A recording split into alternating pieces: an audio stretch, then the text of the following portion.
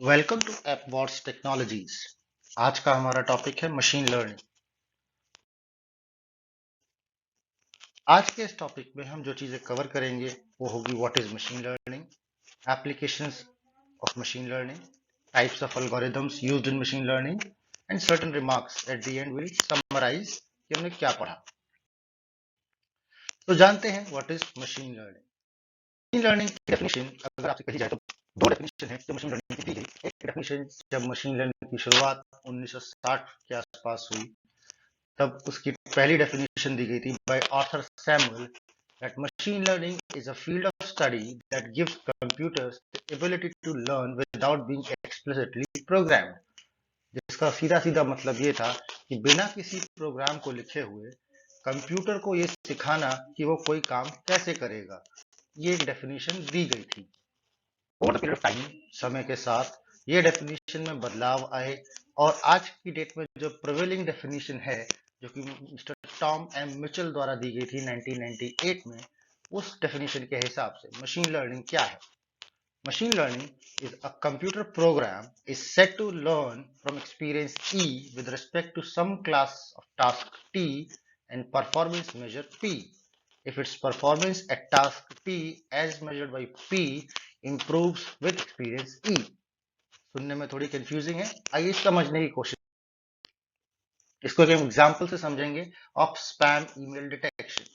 तो यहाँ पर जो डेफिनेशन कह रहा है कि आपको एक एक्सपीरियंस ई है, तो एक्सपीरियंस ई का मतलब हो गया कि जब कोई यूजर किसी ईमेल को स्पैम स्वयं मार्क करता है तो उसको हम कहेंगे एक्सपीरियंस।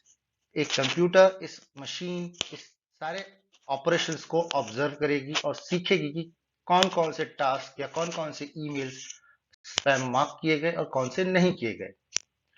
इस एक्सपीरियंस के बेसिस पर मशीन खुद से कुछ ईमेल्स को स्पैम मार्क करेगी और कुछ को नहीं करेगी। इसके बाद परफॉर्मेंस पी पर हम ये देखेंगे कि कितनी ईमेल्स उसने सही एज ए स्पैम आइडेंटिफाई करी हैं। तो ये तीन अलग अलग चीजों में डिवाइड करके ये एक definition mister Tom and Mitchell द्वारा दी गई थी। आइए अब देखते हैं कि हम मशीन लर्निंग का कहां कहां उपयोग करते हैं। जैसे कि मशीन लर्निंग का यूज करते हुए हम फेशियल रिकग्निशन में इस्तेमाल करते हैं, जहां पर जो कि आप आमतौर पर अपने मोबाइल डिवाइसेस पर आप मशीन लर्निंग से हम रेकमेंडर सिस्टम भी बनाते हैं, जिसमें हम नेटफ्लिक्स पर अमेजोन पर आप देखते हैं कि कोई चीजें आपको रेकमेंड की जाती बेस्ड अपॉन आपकी क्राइटेरिया के। स्पीच रिकग्निशन जैसे कि सीरी, एलेक्सा, कॉर्टाना, अलग अलग स्पीच रिकग्निशन सॉफ्टवेयर और हार्डवेयर मार्केट में आ गए। ये सभी मशीन लर्निंग एल्गोरिथम कर रहे हैं। इसके अलावा बहुत सारे अलग अलग फीचर्स है जहां पर मशीन लर्निंग को इस्तेमाल किया जा रहा है, जैसे कि स्पैम डिटेक्शन, इंटरनेट की सर्चिंग में, डेटा माइनिंग में, मेडिकल रिकॉर्ड्स में और भी बहुत सारी जगह जहां हम मशीन लर्निंग का इस्तेमाल। अब बात करते हैं कौन कौन से एल्गोरिथम्स यूज होते हैं। वैसे तो मशीन लर्निंग में बहुत सारे एल्गोरिथम्स यूज किए जा सकते हैं, पर ब्रॉडर पर्सपेक्टिव से देखा जाए तो तीन तरीके के मशीन लर्निंग एल्गोरिथम्स का यूज सबसे ज्यादा किया जाता है। आइए, पहला है सुपरवाइज्ड लर्निंग मॉडल।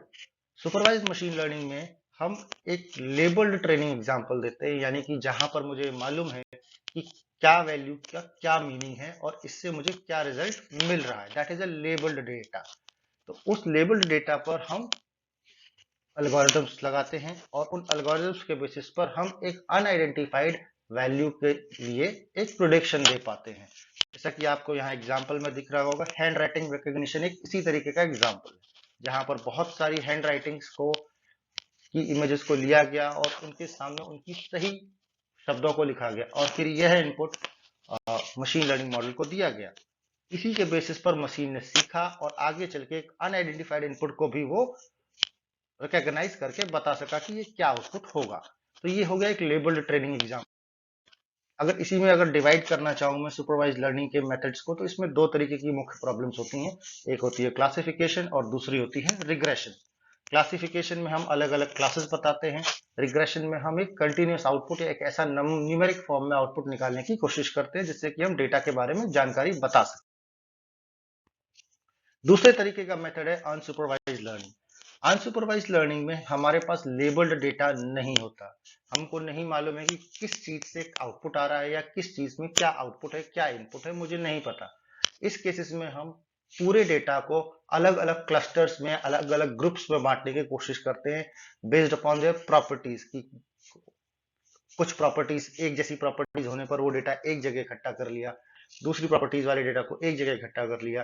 जैसे कि मान लीजिए कि एक मेरे पास इमेजेस का फोल्डर है और उस फोल्डर में बहुत सारे जानवरों की इमेजेस है। जितनी कैट्स की इमेजेस मैंने अलग एक फोल्डर में डाल दी, जितनी डॉग्स की इमेज है वो एक अलग फोल्डर में डाल दी, अन्य जानवरों की फोटोज मैंने एक अलग अलग फोल्डर्स में जिस तरीके से। This is unsupervised learning method. ठीक है। तीसरा तरीका है रीइंफोर्समेंट लर्निंग का, जो सबसे ज्यादा ये जो कि यूज किया जाता है। रीइंफोर्समेंट लर्निंग में हमारा मशीन एग्जाम्पल इन्वायरमेंट को देखकर या आस पड़ोस की होने वाले घटनाक्रम को देखकर ये सीखता है कि अगला काम क्या होगा या अगली बार उसको क्या एक्शन लेना चाहिए। Based upon what action he has perform and the outcome that he has got, ये रीइंफोर्समेंट लर्निंग अपने आप को कंटिन्यूअसली बदलता रहता है। एग्जाम्पल थे। तो अब जान लेते हैं, अंत में हमने आज की सीखा, हमने जाना कि मशीन लर्निंग कंप्यूटर्स में एक्सपीरियंस के बेसिस पर अपने आप को मॉडिफाई करते हैं। बहुत सारे हमने एप्लीकेशंस देखे मशीन लर्निंग के। मशीन लर्निंग की कुछ लर्निंग प्रोसेसेस होती हैं कि जिसमें हम feature processing, pre processing, feature extraction और लर्निंग का मेथड्स फॉलो करते हैं, और किस प्रकार की प्रॉब्लम्स हमारे मशीन लर्निंग मॉडल्स को द्वारा सॉल्व किया जा सकता है। आगे फर्दर वीडियोस में हम इन्हीं सारे फीचर्स पर और इन्हीं सारे फैक्टर्स को डिटेल्ड में। Thank you for choosing एपॉड्स।